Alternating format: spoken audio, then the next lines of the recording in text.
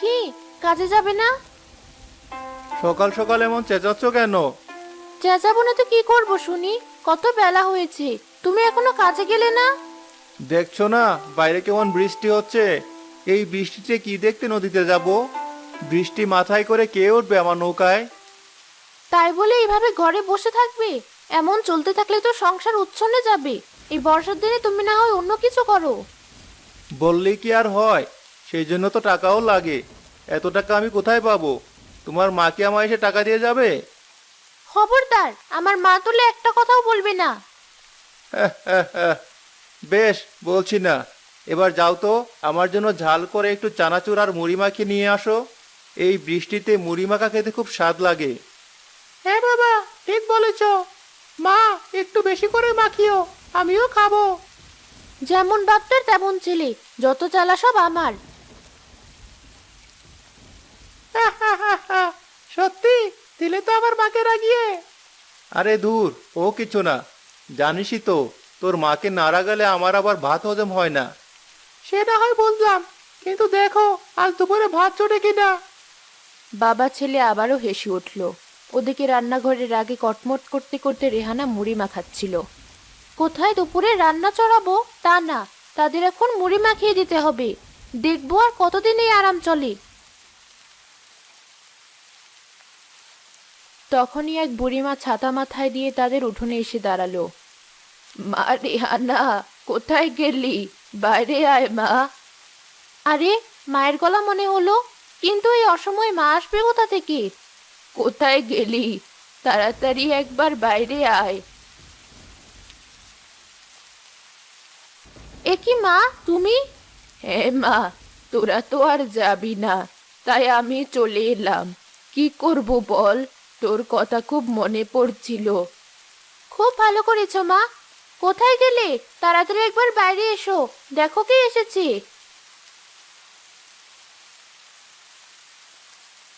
মা, আপনি এই অসময়ে?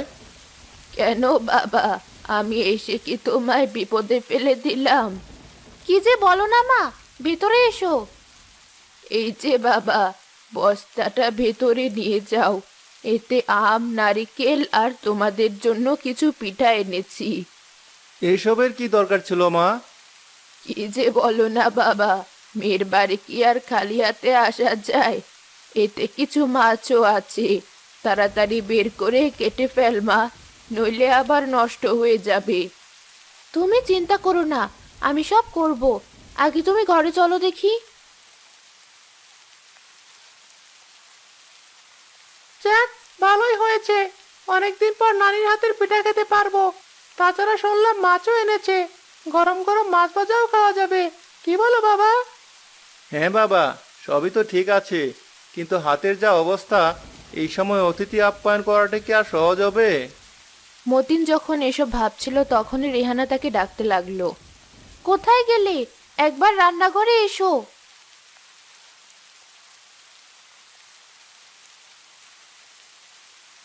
এখনো বসে আছো কেন? দেখলে না মা এসেছে? যাও একটু বাজারে ঘুরে এসো। বাজারে গিয়ে কি করব? মা তো বললেন মাছ নিয়ে এসেছেন। আজকের মতো ওগুলো দিয়েই চালিয়ে নাও। কি যে বলো, কতদিন পর মা আমাদের বাড়ি এসেছে, তাকে কি শুধু তার আনা মাছ দিয়ে খাওয়ানো যায়? বাজারে গিয়ে একটা মুরগি নিয়ে এসো। কিন্তু আমার হাতে তো অত টাকা নেই। কি, আমার মা এসেছে অমনি হাতে টাকা নেই বলছো? ঠিকই তো, আমার মাকে তো তুমি দু চোখে দেখতে পারো না। এসব তুমি কি বলছো?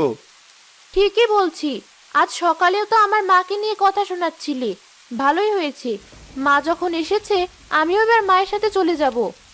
যাক বাবা, আবার শুরু করলে।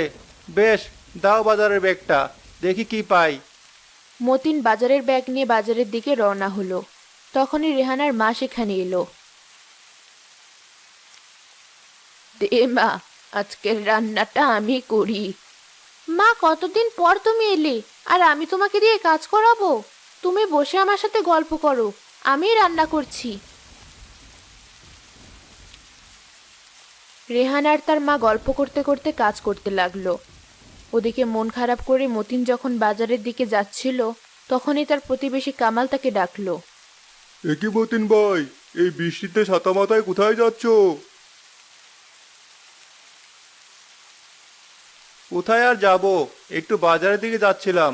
বাড়িতে অতিথি এসেছে, একটু বাজারঘাট না করলে কি হয়? এই বর্ষার সময় আবার তোমার বাড়িতে কে এলো? একে তো আমরা ঘর থেকে বেরিয়ে হতে পারছি না, আর তোমার বাড়িতে অতিথি এসেছে? হ্যাঁ, গ্রাম থেকে আমার শাশুড়ি এসেছে। জানোই তো, ওই কুলের এক শাশুড়ি ছাড়া আমার আর কেউই নেই। এখন যদি তাকেও একটু যত্নআত্তি না করি তাহলে কি করে চলে? তাই তো, কিন্তু তোমায় একটা কথা বলি, আজ তো বাজার বন্ধ। বাজার বন্ধ? সে কি, কেন? কেন আবার? দেখছো না চারদিকে কেমন পানি থই থই করছে, আর বাজার তো এমনিতে একটু নিচু জায়গায়, ওখানে তো পানি বেঁধে গেছে। যতক্ষণ না পানি কমছে ততক্ষণ বাজার বন্ধ। যাক বাবা, বড় জোর বাঁচলাম। এবার আর তাহলে বাজার করতে হবে না, আর টাকাটাও খরচ হবে না। এ কি, হাসছো কেন? তোমার আবার কি হলো? না না, কিছু না। যাই, তাহলে বরং বাড়িতেই ফিরে যাই। কোথায় গেলে?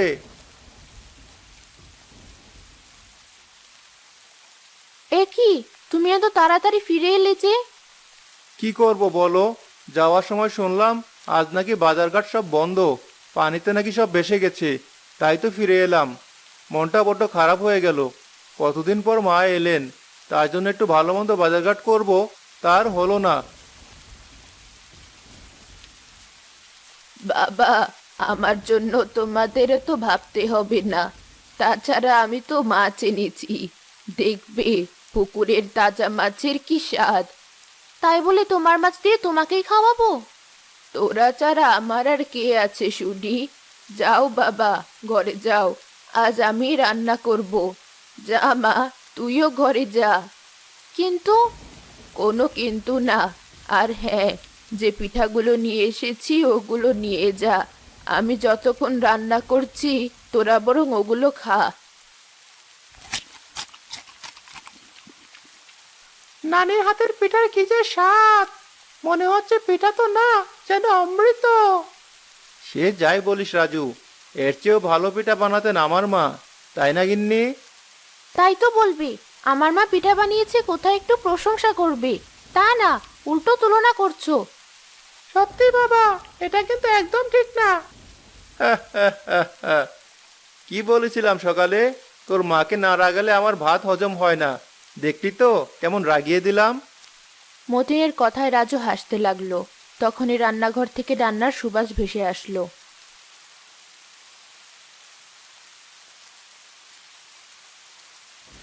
আহ, কি সুন্দর সুবাস!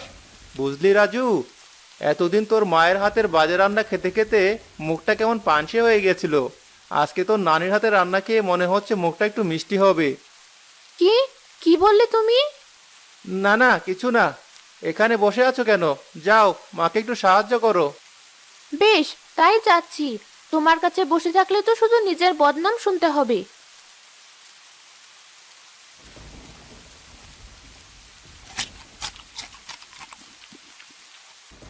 আহা, কি স্বাদ! সত্যি মা, আপনার হাতের রান্নার স্বাদ মুখে লেগে থাকার মতো। এবার একটু ভালো করে আপনার মেয়েকে রান্নাটা শিখিয়ে দিয়ে যাবেন। ও যেসব রান্না করে তা তো আর মুখে তোলা যায় না। আমার মেয়ের হাতের রান্না আমার থেকেও ভালো। ওর বাবা যখন বেঁচে ছিল তখন ওর হাতের রান্না খুব ভালো খেত। ঠিক বলেছো নানি, বাবা শুধু মাকে রাগায়। তোমার রান্না তো ভালোই, তবে আমার মায়ের রান্নাও অনেক ভালো। আমার সোনা ছেলে, নে বাবা, আরেকটা মাছ নে। যাক বাবা, আমি আবার কি করলাম? কথা না বলে খাওয়া শেষ করো।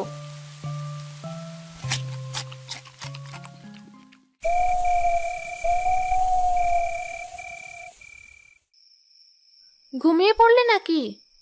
না, ঘুমাইনি। কিছু বলবে? বলছিলাম আজকের দিনটা না হয় কোনো মতে কেটে গেল, কালকে কি হবে? আমিও তো সেটাই ভাবছি, হাতের যে অবস্থা। তাই বলে কি মাকে কিছু না খাইয়ে ফেরত পাঠিয়ে দেব? না না, তা কেন? দেখি, আমার কাছে কিছু জমানো টাকা আছে, কাল না হয় সেখান থেকে কিছু খরচ করব। চিন্তা না করে এবার ঘুমাও দেখি। মতিন আর রেহানা ঘুমিয়ে পড়ল।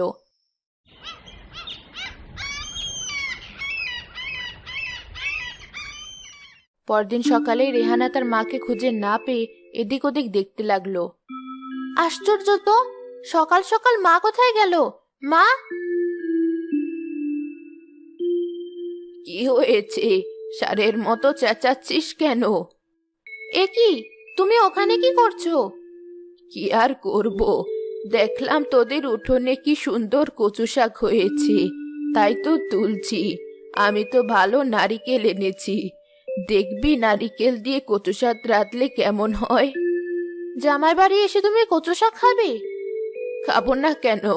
কচু শাক আবার কি দোষ করলো?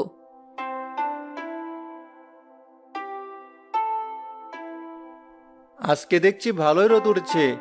যাও বাজারের ব্যাগটা নিয়ে এসো, দেখি কিছু পাই কিনা। আরে আরে, বাজারে যাবে কেন?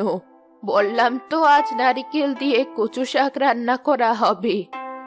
না না মা, শুধু কচু শাক দিয়ে কি আর খাওয়া যায়? দেখি বাজারে মুরগি পাই কিনা। না না বাবা, তোমাকে কিচ্ছু কিনতে হবে না। আমি তোমাদের বর নাকি? জানি তো এই বর্ষায় তোমার হাতে কোনো কাজ নেই। শুধু জমানো পয়সায় হাত দিও না বাবা। এ আপনি কি বলছেন মা? ঠিকই বলছি বাবা, আমরা তো মা, সন্তানের মন ঠিকই বুঝি, তাই তো অত দূর থেকে চলে এসেছি। কিন্তু মা! কোনো কিন্তু না, যে দুদিন আমি আছি তোদের ভালো মন্দ রান্না করে খাওয়াবো। শোন মা, অতিথি আপ্যায়ন করা ভালো, তবে বেশি বেশি ভালো না। আমি তো জানি তুই জোর করে জামাইকে বাজারে পাঠাচ্ছিস। না না মা, তা না, আমি তো নিচ থেকে যাচ্ছিলাম। বুঝেছি বাবা, তবে এখন আর যেতে হবে না। আমার ওই বস্তায় আরো অনেক কিছু আছে। আমি তো জানি এই বর্ষায় কেউ নৌকায় ওঠে না, তাই তোমার হাতেও টাকা থাকে না। আমার আর নিজের বলতে কে আছে? শুধু তোমরাই তো আমার আপন। সারাদিন শুধু তোমাদের কথাই চিন্তা করতাম। মনে হতো এই বর্ষায় তোমরা কি খাচ্ছ, কি করে আছো, তাই তো এসব নিয়ে চলে এসেছি। সত্যি মা, তোমার কোনো জবাব নেই। শাশুড়ির কথা শুনে মতিনের চোখে পানি চলে এলো। এ কি বাবা, তুমি কাঁদছো কেন? না মা, আসলে আপনি যেদিন আসলেন উটকো ঝামেলা ভেবে খুব রাগ হয়েছিল। ভেবেছিলাম আপনি গেলে তবেই শান্তি, কিন্তু এখন নিজের উপরই রাগ হচ্ছে। পাগল ছেলে, তোমরা ঘরে যাও, দেখবে আজ কচু শাকও অমৃত মনে হবে। হ্যাঁ মা, আপনার হাতে সব রান্নাই অমৃত। তবে একটা কথা মা, এবার কিন্তু বর্ষা গেলেও আপনাকে যেতে দিচ্ছি না। মা দূরে থাকলে ছেলে মেয়ে শান্তি থাকে নাকি? ঠিক বলেছ মা, এবার থেকে তুমিও আমাদের সাথেই থাকবে। সে পরে দেখা যাবে। কি মজা, কি মজা! নানিও এবার আমাদের সাথে থাকবে।